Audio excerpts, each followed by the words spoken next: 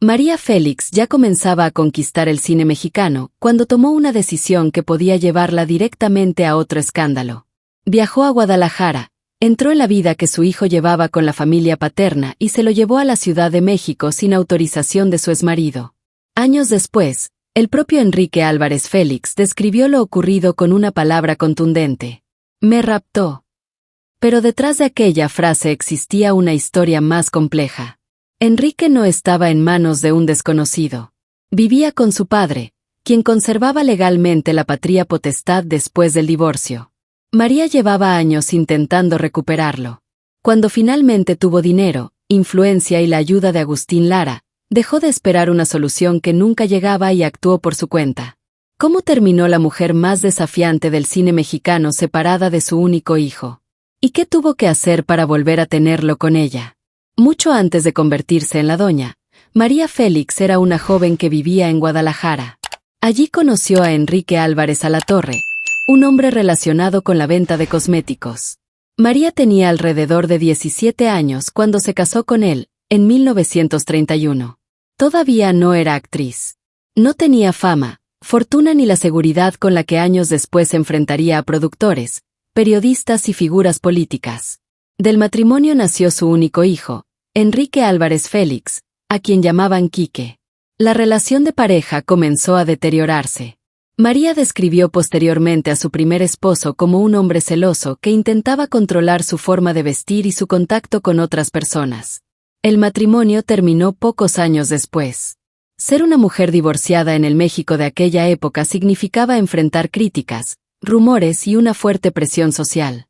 María decidió abandonar Guadalajara y buscar una vida independiente en la Ciudad de México.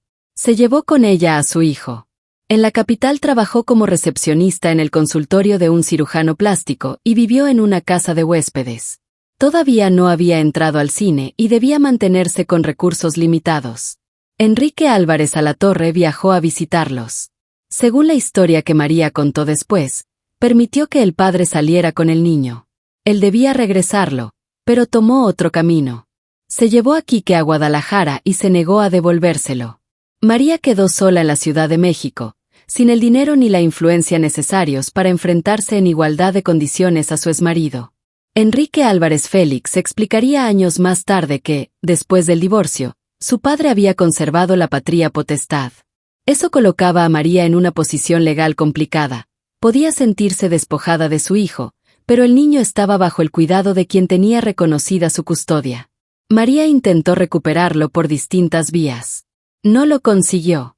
La mujer que más adelante sería recordada por no aceptar órdenes tuvo que soportar una derrota que afectaba la parte más íntima de su vida.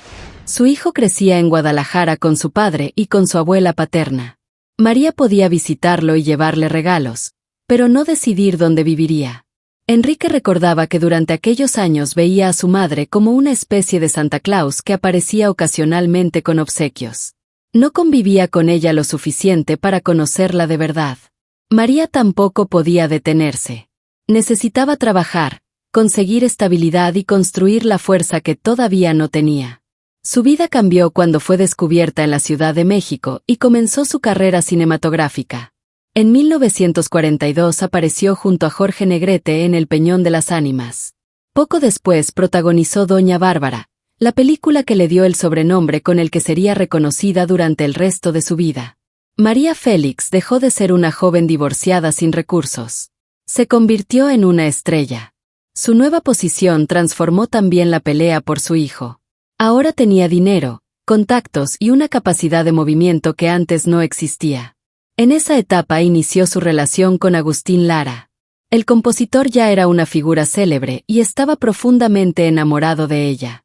Le escribió María Bonita, la canción que convertiría su romance en parte de la cultura popular. Pero Lara no participó únicamente en serenatas y celebraciones. También ayudó a María a recuperar a Quique. Las versiones coinciden en que ambos viajaron a Guadalajara y organizaron la salida del niño de la casa paterna. No existe un relato único y perfectamente documentado sobre cada movimiento de aquella operación. Lo confirmado por el propio Enrique es el resultado. María se lo llevó a la Ciudad de México sin el consentimiento de su padre. Desde la perspectiva del niño, aquello fue literalmente un rapto. Desde la perspectiva de María, era la recuperación del hijo que su exmarido le había quitado años antes. ¿Tú cómo habrías interpretado esa decisión? ¿Como la acción desesperada de una madre o como una violación del derecho de custodia del padre? Enrique llegó a la capital y comenzó a vivir con una mujer a la que conocía principalmente por visitas y regalos. María había recuperado a su hijo, pero no podía recuperar automáticamente los años de separación. Él necesitó tiempo para acostumbrarse a ella, aceptar su autoridad y construir una relación cotidiana. Según relató Enrique, permanecieron juntos aproximadamente un año. Durante ese periodo comenzó a conocer y querer a su madre. Entonces apareció un nuevo giro. La carrera de María Félix se extendió fuera de México. Recibió oportunidades para trabajar en Europa y enfrentó una decisión difícil: viajar durante largos periodos o renunciar a una etapa decisiva de su trayectoria. María optó por continuar trabajando. Envió a Enrique a estudiar a un internado en Canadá, donde permaneció durante varios años. Para el hijo, la situación podía resultar contradictoria. Su madre había arriesgado un conflicto familiar para recuperarlo. Después, cuando apenas comenzaban a convivir, volvía a separarse de él. Enrique explicó que comprendía las razones profesionales, pero reconoció el impacto de aquella distancia. Pasó buena parte de su juventud fuera de México mientras María filmaba en España, Francia, Italia y Argentina. Recuperar la custodia no convirtió inmediatamente a María en una madre presente todos los días. Su carrera exigía viajes, contratos y rodajes prolongados. Esa realidad alimentó durante años la imagen de una mujer que había elegido el éxito sobre la maternidad.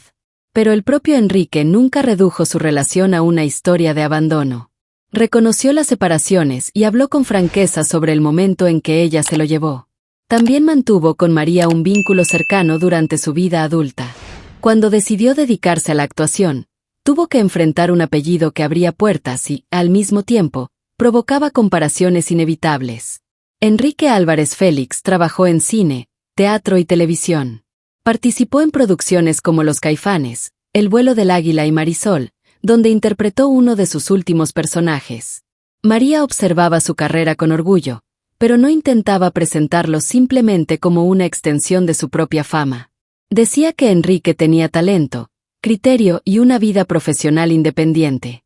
Luis Martínez de Anda, heredero de la actriz y testigo de la relación entre ambos, aseguró que madre e hijo mantenían una convivencia amorosa, hablaban con frecuencia y se expresaban admiración mutua.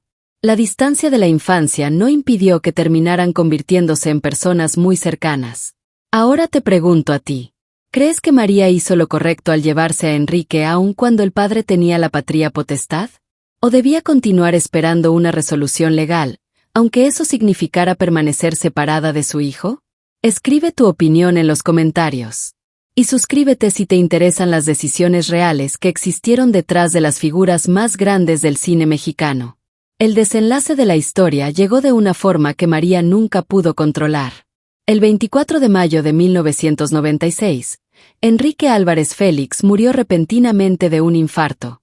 Tenía 61 años y todavía se encontraba trabajando. María estaba en Francia cuando recibió la noticia. La mujer que había luchado por recuperarlo, que lo había visto crecer lejos de ella y que después consiguió construir una relación adulta con él, tuvo que regresar a México para despedirse de su único hijo. Su muerte la afectó profundamente. Ya no quedaba ninguna disputa de custodia que ganar, ningún viaje que organizar ni una carrera que pudiera distraerla de la pérdida. Enrique había sido el único hijo de María Félix. También había sido la persona que conocía las dos versiones de ella, la madre ausente de sus primeros recuerdos y la mujer que un día apareció en Guadalajara decidida a llevárselo. Por eso, aquel episodio no puede contarse solamente como una victoria de la doña. María recuperó a su hijo, pero el precio fueron años de confrontación, una salida realizada fuera del acuerdo del padre y una relación que tuvo que construirse después de largas separaciones. Enrique nunca negó lo ocurrido. Dijo que su madre lo había raptado.